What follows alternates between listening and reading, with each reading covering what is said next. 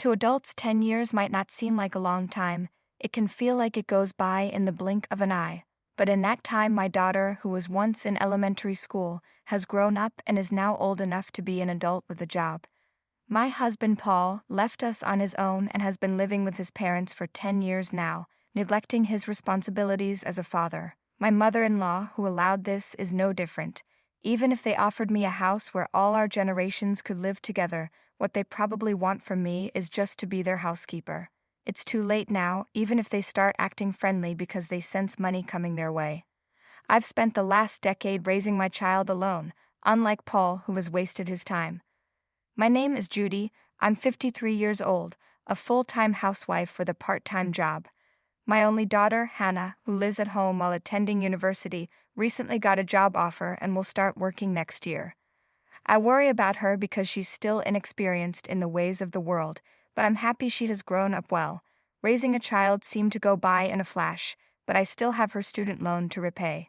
For over 20 years, I've put my daughter first, but now I wonder what my life will be like from here on. It might be nice to travel, enjoy hobbies, or join the gym I've always wanted to go to. However, around this time, both of my parents passed away. Their death was sudden. They died instantly in a rear-end collision. It was so unexpected that I had no time to grieve, as I was busy with funeral preparations and dealing with inheritance matters. After meeting with the tax accountant and things had calmed down, I finally broke down in tears and realized I should let my husband know. I picked up my phone and called him, but there was no answer. Of course, he wouldn't pick up. I had tried several times before the funeral, but he never responded. I sent messages, but he didn't reply. After several attempts, I got busy and forgot about him. More than a week passed. I don't consider myself heartless for not thinking about my husband at such a time. In fact, it's been years since he stopped coming home. He's not missing. He's living at his parents' house. Since he left on his own, he has kept his distance from me. It's troublesome and annoying when I can't reach him in an emergency. I can only leave a message on his parents' home phone. I was confused when he first left. I don't really know why he left since he refused to talk to me about it, but I stopped caring once I got busy with childcare and work.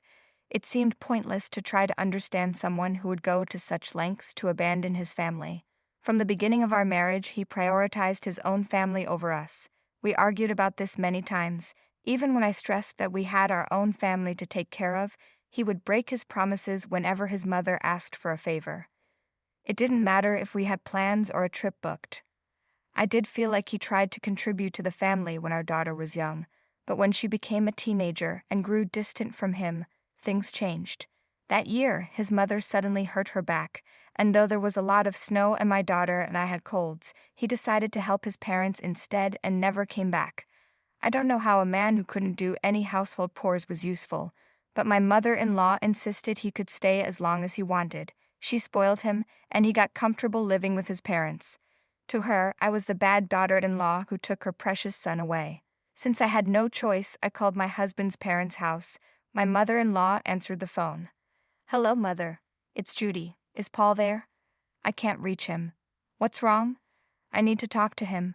Can you put him on the line, please?" "What do you need to talk to him about? I'll let him know." This was the usual conversation, which is why I haven't spoken directly to my husband in years. Actually, my parents have passed away. What? Considering the situation, we had a small funeral with only close family and friends. Why didn't you tell me about this important thing right away? I tried several times. I can't believe this. How could you lack such common sense? I had no idea what she was talking about. What did she mean by common sense? It's outrageous. Why would you wait to tell me until after the funeral is over? That's why By the way, what will you do with your parents' house? We're gathering as a family this weekend to sort things out. My mother-in-law paused for a moment and said, "The big house?" "Yes, it might take some time since the house is huge." "I see." My mother-in-law laughed in a strange way. "Do you have something to say?" "No, not at all.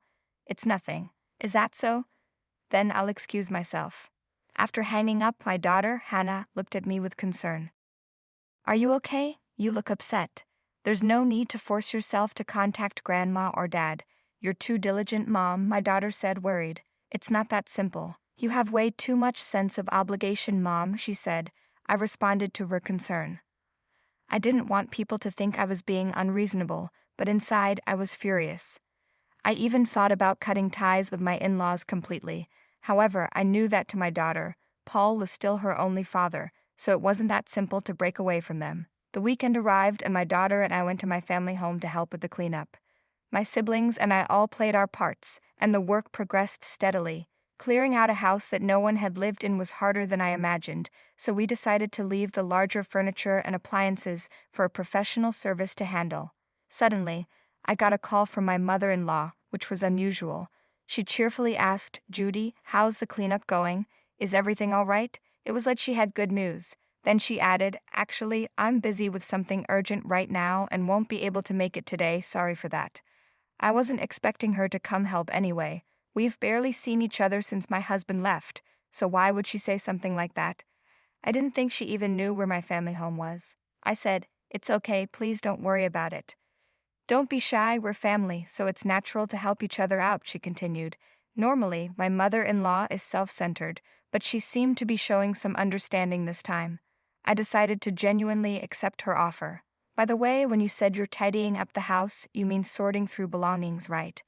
"Yes, there are so many things and it's quite a hassle," I replied. "Right, it must be difficult to be surrounded by so many things." "Yes, especially with dresses and artworks.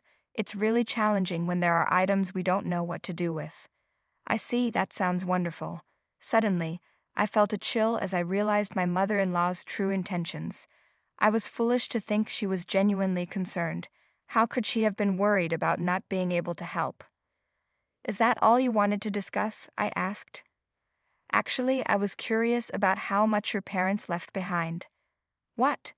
I was shocked. "Well, it's my turn next after all. I just wanted to know, merely for reference." "That varies from one family to another." "Well, yes, but it wouldn't hurt to tell me a little, would it?" I couldn't hold back my irritation.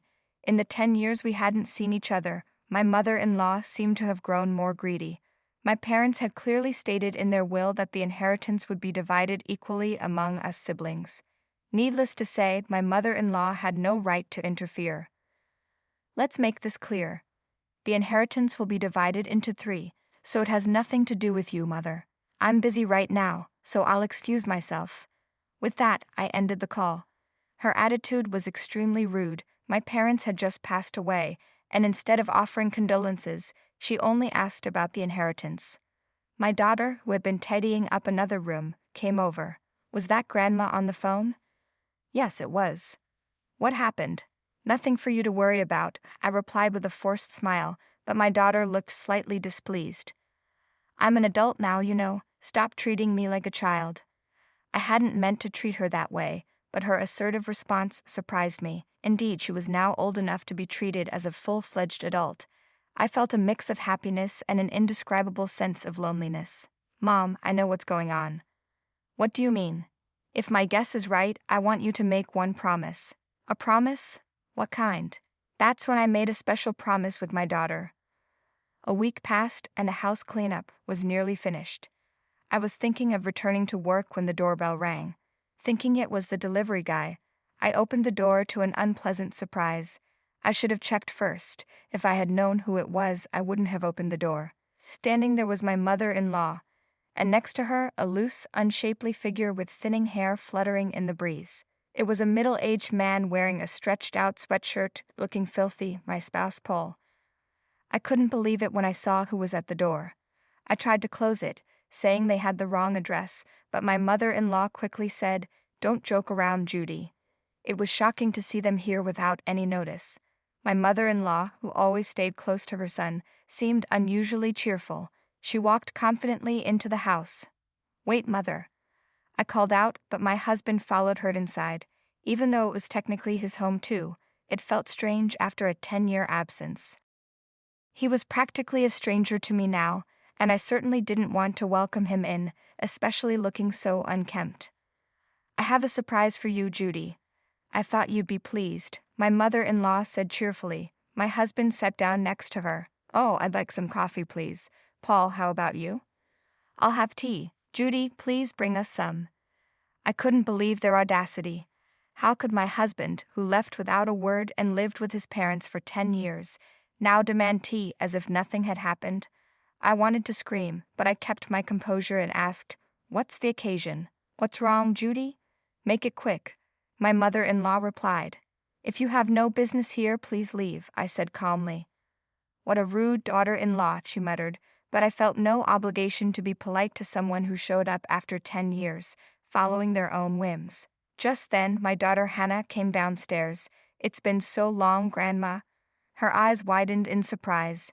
Even my husband seemed shocked by her reaction. "Hannah, you've grown so much." Who are you?" she asked, not recognizing the man next to her grandmother. "It's me, Dad," my husband said. "Wait, Dad?" Hannah was understandably confused. She hadn't seen him since she was in elementary school. "Sit down here," her father instructed, pointing to the seat next to him. "No, absolutely not," Hannah replied, stepping back. "I have a unique condition that makes me ill if I don't stand. Don't worry about it." I felt sorry for my daughter, suddenly facing this awkward situation. "Take a look at this," my mother-in-law said, pulling out architectural plans from an envelope. The plans showed a luxurious home with enough rooms for 4 families, a rooftop garden, and even a catalog for luxury cars. "How do you like it?" she asked. "What is this?" I asked, confused.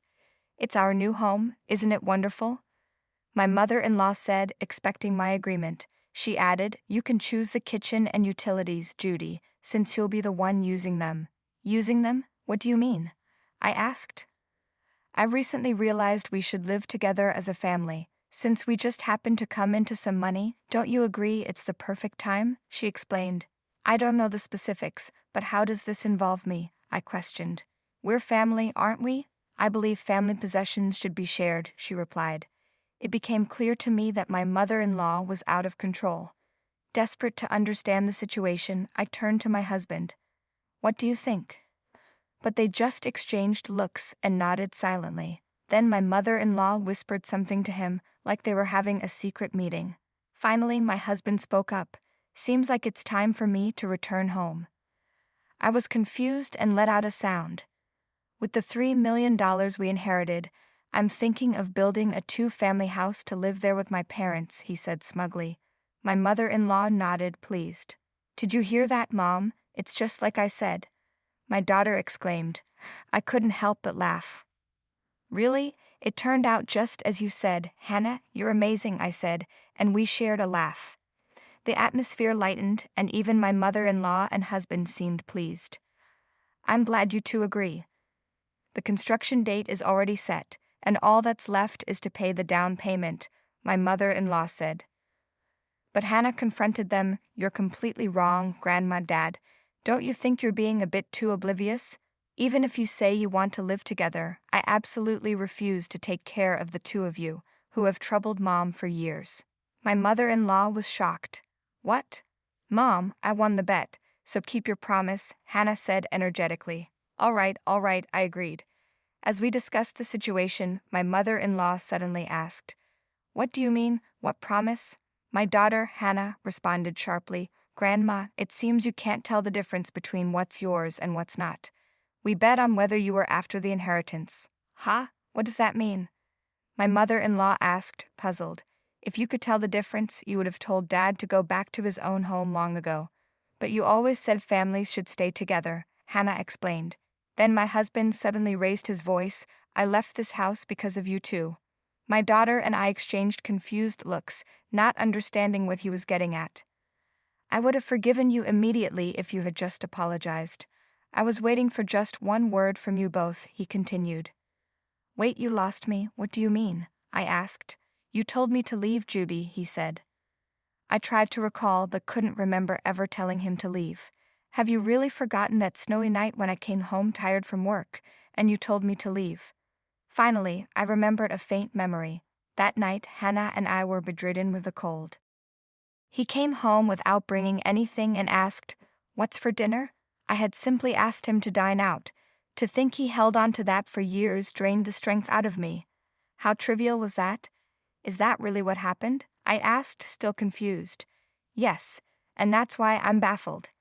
"Why did you leave it like that?" he said. "It's your fault. I tried to contact you many times," I responded, looking at my mother-in-law, who smirked with guilt for not relaying the messages. "Apologize and I'll forgive everything. Let's forget the past and start fresh as a family," he said. At this, Hannah couldn't contain her laughter. "Dad, didn't you know? Mom has been preparing for divorce for 5 years." "What?" he asked, shocked. "The promise I made with my daughter was to get divorced if my mother-in-law was acting out of greed for the inheritance. It would mean endless troubles ahead, prompting me to make my own decisions," I explained, feeling relieved as if shedding a heavy burden I had carried for years. "Don't joke around. Do you think you can just submit a divorce application unilaterally?" my husband retorted angrily. "Long-term no contact and separation are grounds for divorce," I calmly replied. "What does that mean? Didn't you know I thought I was fulfilling my duties as a father by sending money? The amount was too insignificant. Do you think children can be raised on money alone? How can you say you've fulfilled your role as a father after neglecting your family for 10 years? A mother is supposed to take care of the kids," he muttered. "There's no point in talking to you." "Yes, I raised her by myself, and we didn't need you," I said. "You were absent for school events, pickups, and preparing lunches. Even when I was sick, the husband I should have relied on was absent. Your presence was unnecessary then, and it still is." "Let's send this," I said, referring to the divorce papers. "Wait, are you serious? What are you planning to do from now on, Judy? Please help. What should Paul and I do when we get older?" my mother-in-law pleaded, trembling with fear. "You're essentially asking Hannah and me to be your helpers or caregivers?" I asked. "No, that's not what I meant. I don't know what to tell you unless I have something I owe you. What about the $3 million inheritance? Let's use it more effectively," my mother-in-law said desperately. "Where did the $3 million come from? If it's divided among siblings, that implies a $9 million inheritance. That couldn't be possible," I responded, confused. "It's a misunderstanding. There wasn't such a large sum in the first place. Even if there were, I would never build a house for us to live together," I declared firmly, facing my bewildered mother-in-law and tearful husband. "Judy, are you really going to leave me behind?" my husband pleaded. "Continue living at your beloved parents' home as you wish." "Goodbye," I said, resolute. 3 months passed. My ex-husband's ceaseless demands for reconciliation bordered on stalking. His lengthy messages, sent over 20 times a day, went unread. When I hinted at legal action, he backed down. The divorce papers were finally processed without issue. Looking back, my ex-husband and mother-in-law's self-centered imaginations led them to believe others should take care of them. It was a pitiful sight. Even Hannah is striving to become independent. She plans to move out and live on her own after getting a job, a suggestion I made. Though I'll be lonely, it will be a great experience for her to understand the value of money, time, and family. As for myself, I've been offered a full-time position at the company where I worked part-time. After the task of raising a child ended, they strongly recommended me. I'm very grateful for the opportunity. Following the divorce, I'm studying diligently to get a certification, excited about this new journey. When I shared the news with my daughter, she said, "Mom, you're like a new employee, just like me." We laughed together. Time flows equally for everyone, but how we spend those 10 years varies. There will be enjoyable times and moments when things don't go as planned. Maybe after another 10 years, some conclusions will be reached. I plan to live freely, just as my daughter wished for me.